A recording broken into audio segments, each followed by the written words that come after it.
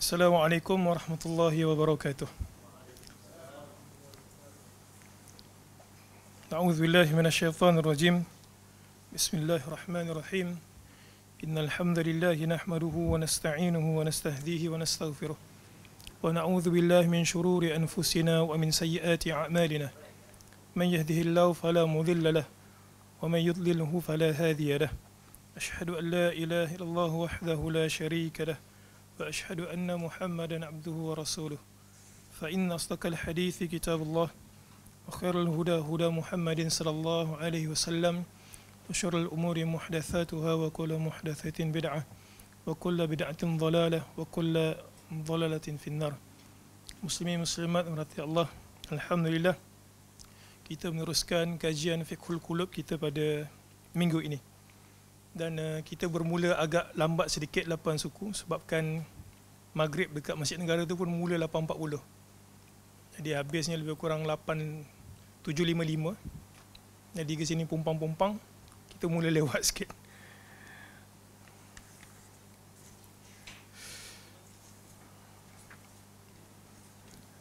Baik, kita teruskan dan alhamdulillah kita sampai ke muka surat apa? Muka surat 71. Muka surat 71. Fiqhul Qulub ini dia sebenarnya fiqh berkenaan dengan hati. Dia taklah, maksudnya kita telah pun mencapai satu kedudukan dalam martabat hati kita, kemudian kita berhenti. Tazkiyah hati ataupun pembersihan hati, jantung hati lah kita sebut, dia sama seperti mana kita membersihkan kereta. Dia tak adanya kita beli kereta sekali kemudian kita basuh sekali. Kita gilap pun berkali-kali untuk menampakkan kereta itu cantik dan juga indah. Begitu jugalah hati. Dia tak ada sampai satu makam kita dah tak buat silap, kita tak ada ralat ataupun kita tak buat maksiat. Pastinya ada sedikit sebanyak. Cuma beza kita dengan orang soleh ini kesedarannya cepat, taubatnya itu segera, dan kesilapan yang mereka lakukan kalau nak dibandingkan kita ini yang mungkin baru nak mengikuti jejak langkah mereka itu tak sepadan. Jadi itu sebab Fiqhul Qulub ini dia sentiasa perlu diulang dan ulang dan ulang. Walaupun kita tahu bahawa hasad dengki, penyakit nifak, ujub, takabur, kita tahu benda tersebut salah. Tetapi kita masih lagi memerlukan orang untuk membetulkan hati kita. Dan sebenarnya di antara benda yang susah untuk kita perbetulkan diri kita sendiri adalah apabila hati kita itu tertutup, kita susah untuk menerima nasihat dan juga pandangan orang lain. Jadi kita semestinya nakkan diri kita itu untuk pergi membersihkan diri sendiri.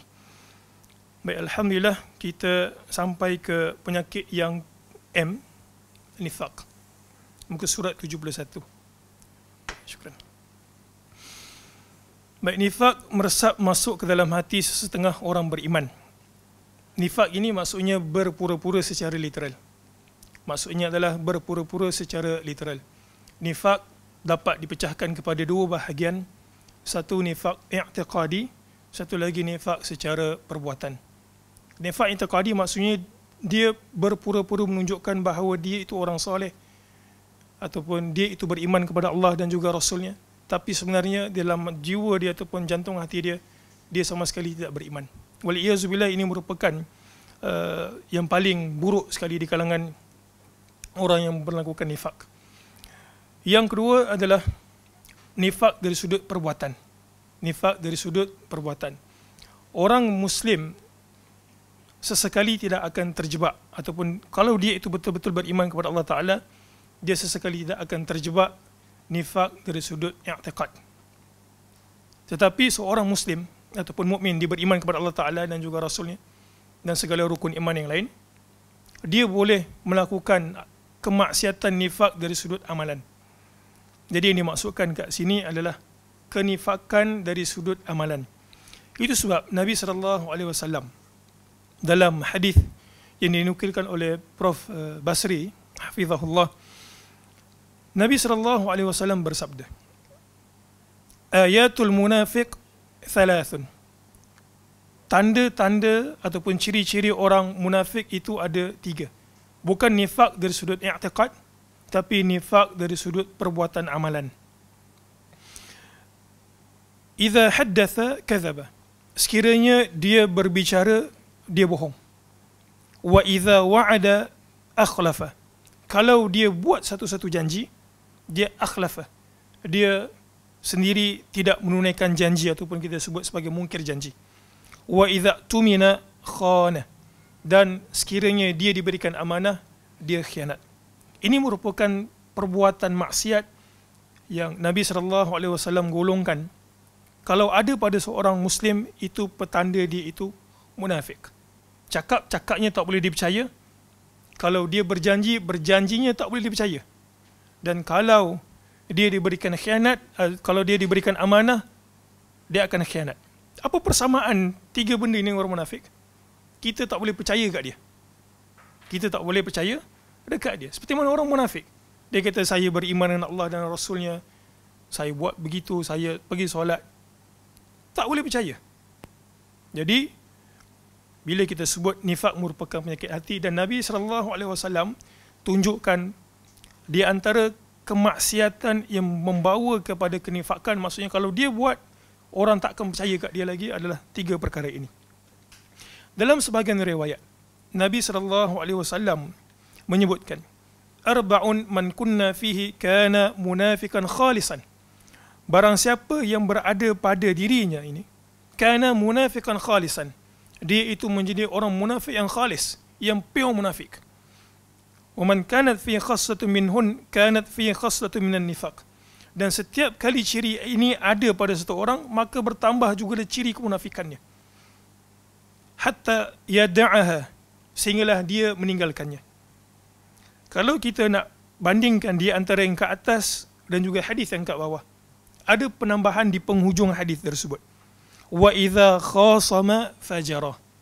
Nabi SAW dalam riwayat yang kedua ini tambah satu lagi ciri, iaitu kalau dia bergaduh berlebih-lebihan. Wa idza khasama fajara. Kalau dia bergaduh, berselisih dengan saudaranya, dia berlebih-lebihan. Dia sumpah serana. Dia cerca. Dia maki. Benda yang tak patut dia marah pun dia marah. Maka itu merupakan ciri-ciri orang munafik. Sekali lagi, munafik itu ada 2. Kepercayaan, dan juga ini yang paling buruk sekali di antara kedua munafikan, dan juga dari sudut amalan. Kalau kita tak nak orang tak percaya kat kita, seperti mana orang munafik, orang beriman tak akan percaya dengan orang munafik, maka jauhilah 4 perkara ini yang kita sebutkan tadi. Baik, berikutnya.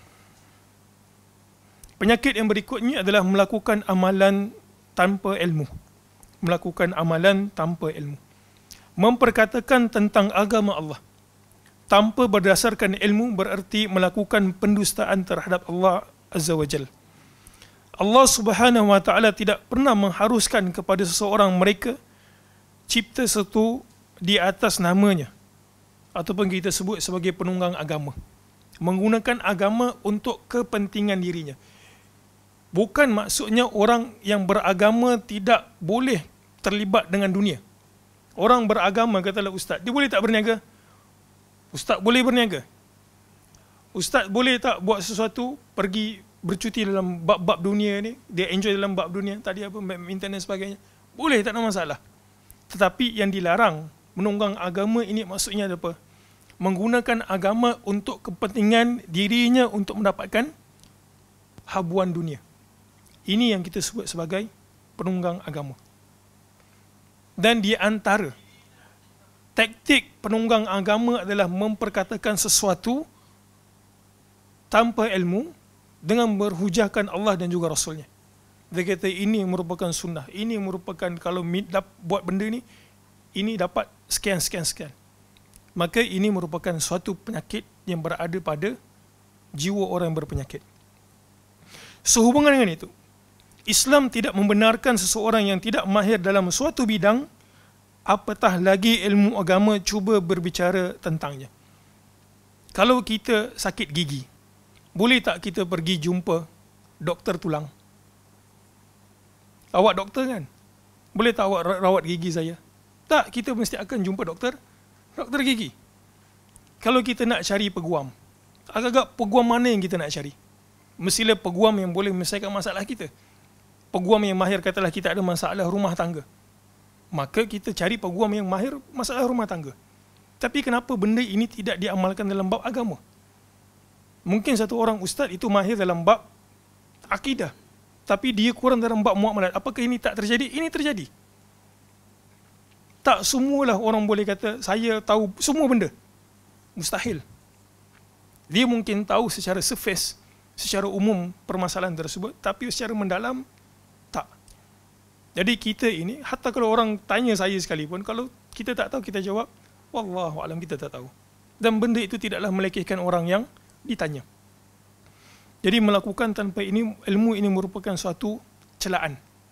Kita berfatwa, kita mencakap sesuatu tentang agama Allah, kita tak tahu. Kita memang digalakkan untuk berdakwah, tetapi berdakwah atas dasar apa yang kita tahu. Apa yang kita tak tahu, kita senyapkan. Ataupun kita kata, saya tak tahu, tolong tanya kepada orang lain. Baik, ini tidak bertujuan memastikan ilmu-ilmu agama hanya dimonopoli oleh satu kelompok manusia yang bergelar ulama saja. Tak. Bila kita sebut melakukan suatu amalan tanpa ini merupakan suatu benda yang tercela, merupakan suatu penyakit, tidaklah bermaksud hanya golongan para ulama ataupun asatizah sahaja yang layak untuk berbicara tentang agama. Semua orang boleh berbicara tentang agama sekiranya dia berkelayakan. Tak mesti ustaz. Katalah dia belajar bertahun-tahun akidah, 4-5 tahun. Boleh tak dia bercakap mengenai akidah apa yang dia tahu? Boleh, tak ada masalah. Tapi sekali lagi dasarnya adalah bercakap mestilah dengan hujah dan juga bukti serta pengetahuan. Dan kita ada pepatah Arab menyebutkan faqidu syai' la yu'ti. Orang yang kosong tidak boleh memberikan apa-apa. Dia nak tarbiyah ke orang, tapi dia sendiri tak ada ilmu tentang tarbiyah. Boleh tak dia tarbiyah? Tak boleh. Orang nak mengajarkan tentang motor, katalah saya nak mengajar siapa sahabat kita kat sini, mungkin Syahir kot. Saya pun tak tahu tentang motor, dia lebih alim daripada saya. Macam mana saya nak bicara tentang motor? Jadi begitu. Kita menghormati pengkhususan orang dalam bab ini, dalam bab agama. Tidaklah semestinya kita katakan hanya golongan para ulama ataupun asatidhah saja yang layak berbicara tentang agama. Tak. Tetapi semua orang yang berkelayakan ataupun mendalami ilmu tersebut, dia boleh berbicara dengan kadar yang dia tahu. Baik. Pada muka surat 73, penulis menyebutkan, dalam kehidupan serba moden hari ini, dunia mengiktiraf kepakaran seseorang dalam suatu bidang ilmu dan merujuk kepadanya di dalam suatu isu yang berkaitan dengannya, dan tidak menyerahkannya kepada orang yang bukan pakarnya. Kedudukannya sama sahaja dengan senjata api yang tidak dibenarkan penggunaannya, kecuali kepada orang yang terlatih sahaja seperti polis, tentera dan lain-lain. Semua ahli masyarakat tahu orang-orang yang disebutkan ini adalah orang-orang yang mahir dalam menggunakan senjata api, dan tidak ada seseorang pun yang mengatakan golongan tersebut cuba memonopoli penggunaan senjata api. Jadi penulis berikan contoh polis. Polis dia ada kepakaran untuk menggunakan senjata api, tapi tak ada orang kata polis memonopoli senjata api. Sama juga dengan asatidhah juga para ulama. Mereka itu Allah Subhanahu Wa Taala angkat kedudukan mereka disebabkan pengetahuan mereka dan juga takwa mereka. Tapi dalam masa yang sama, orang lain juga boleh mengamalkan agama, berbicara tentang agama dengan kadar yang dia tahu. Jadi begitu. Itu sebab Allah Subhanahu Wa Taala menyebutkan dalam surah An-Nahl ayat ke-43, Fas'alu ahla dzikr in kuntum la ta'lamun. Tanyalah kepada ahlu dzikr. Ahlu dzikri maksudnya adalah orang yang berkelayakan.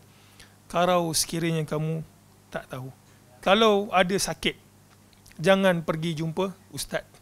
Pergi jumpa dengan orang yang selayaknya. Siapa? Doktor.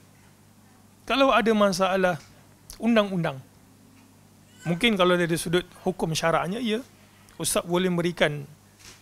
Hatta banyak orang bertanya tentang hukum syarak berkaitan dengan undang-undang perkahwinan.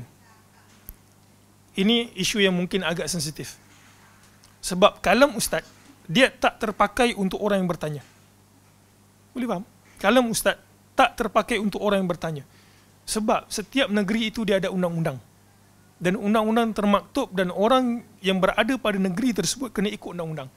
Mungkin fatwa ustaz itu bercanggahan ataupun ada perkataan para ulama, tetapi perkataan para ulama itu tidak dipilih oleh undang-undang negeri tersebut. Maka yang terpakai adalah undang-undang negeri. Sekali lagi kita sebutkan, ini bukan maksudnya bertujuan untuk memonopoli, tetapi untuk kita letakkan ahlinya kepada kedudukan yang sepatutnya. Baik. Penyakit berikutnya. Suka menangguhkan amalan. Suka menangguhkan amalan.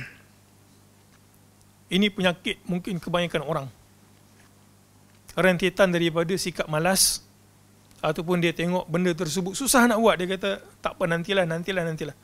Menangguh-nangguh.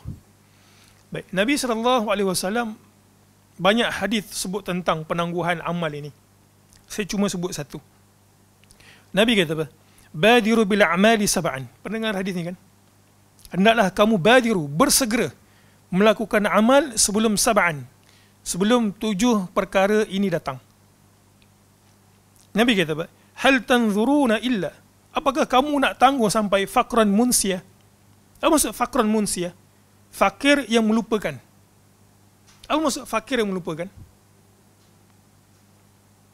Orang fakir ini biasanya apa yang berada dalam kepala dia? Orang fakir biasanya apa yang berada dalam kepala dia?